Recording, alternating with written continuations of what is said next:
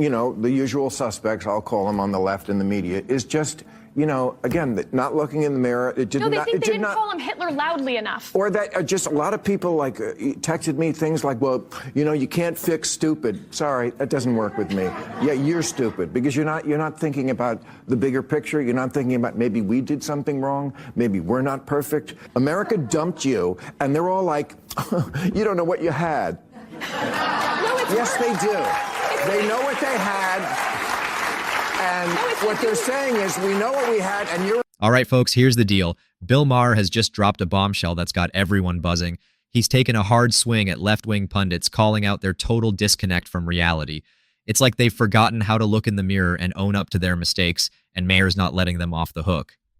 Yeah, he says America dumped them for a reason, and they've become a total mess in denial. Maher's bold remarks push for introspection within the left's media, especially around their failure to understand Trump's popularity. It's a wild ride of truths they didn't want to hear, and trust me, you're going to love digging into this with me. Now, if you agree with getting more of these hot takes right when they're fresh, go ahead and hit that subscribe button. Join our community, help me hit that big 1,000 subscriber milestone by the end of February. It really, seriously keeps me going.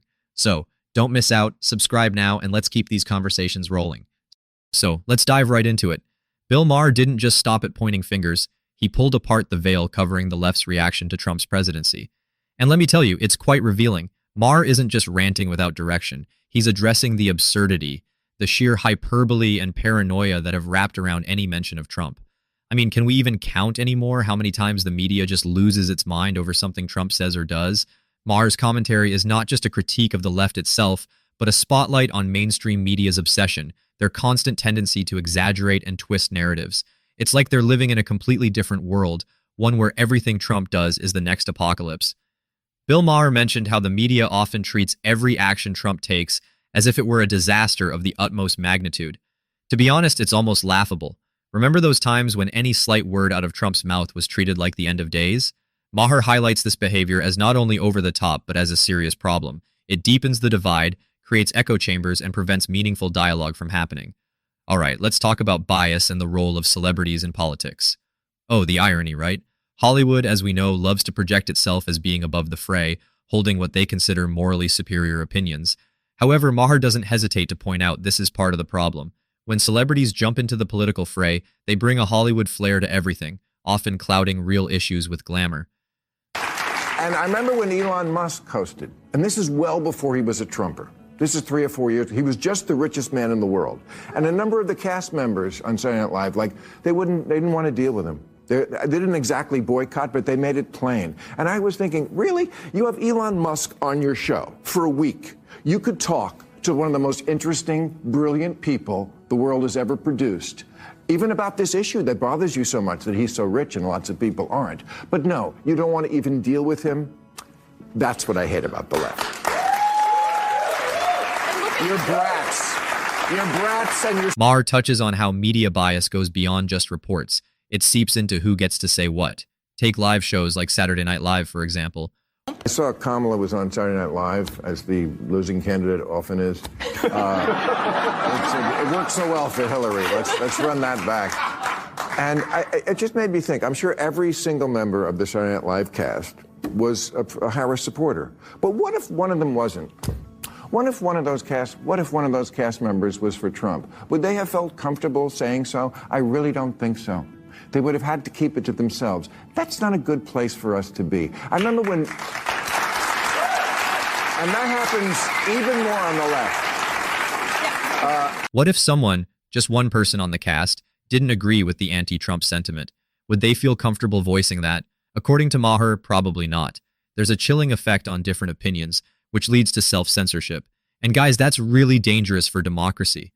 As if things couldn't get more polarized, Maher has a point about the societal inflexibility on different opinions. Think about it.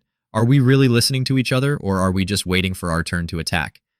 Maher calls for open discourses and warns against the cancel culture that's taken the leftist media by storm. Canceling people isn't about progress, it's about silencing.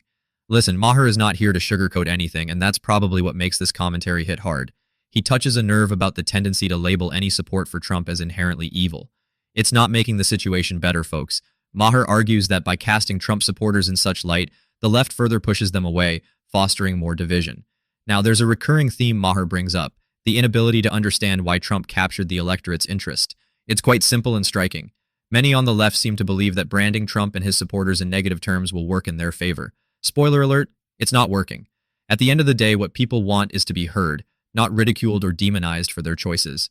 As we move forward with Maher's commentary, one surprising element is his call for introspection among his peers. He challenges them to think beyond their insulated bubble. Seriously, imagine a world where different opinions are respected. It's not about agreeing with each side, but at least respecting where people are coming from. As Maher draws these points together, he's not saying the media or the left wing shouldn't have concerns about Trump, but there needs to be a balance. The paranoia, the fear-mongering, it's just counterproductive. Imagine if the energy spent on those scare tactics was redirected towards honest, constructive criticism, tackling real issues that affect everyone's lives. Maher's got us thinking, doesn't he? It's time to question the media we consume, the opinions we form, and whether we're truly open to listening. His commentary might ruffle some feathers, heck, probably more than just some, but isn't that the point? You and I will have to just respectfully disagree. I think if we've never presidential candidates talking about people getting shot in a of course he called for a military tribunal against her. It's like again, he might not do it, but you don't want to normalize the notion that that's the kind of language. That's what he talked about. That's the kind of language that we want to have. No, but that wasn't. But this is the problem with. I'm sorry, the far left, is that. I'm not on the far left, but I don't think we should have presidential candidates You're not talking going to that drag way. me into Trump derangement syndrome. It's not deranged to be upset and worried about the real things, like he could be a fascist. He wants to be. But if you're going to think I'm going to chase every rabbit down the hole for the next wait a second, for the next 4 years, you're wrong. I'm not going to. I'm not telling you what to do for the next. That's who he is. No, I'm just telling you. I did this once. I'm not going to do it again. That's who he is. Okay. If he talks about Arnold Palmer's dick, or he makes it, or he says a bad word, or says something that everybody thinks like there are shithole countries, I'm not going to lose my shit about it. I'm just not, because that is deranged. That's who. To shake things up, to encourage debate, to try and open minds. So, what do you think? Are you ready to break out of the echo chamber and engage in some real dialogue? Or maybe you agree or disagree with Maher's take on the left's handling of Trump and his supporters. Let's chat it out, folks. Leave your thoughts down in the comments because I'm really curious to see where you stand on this one. Just think about it, and I'll see you down there.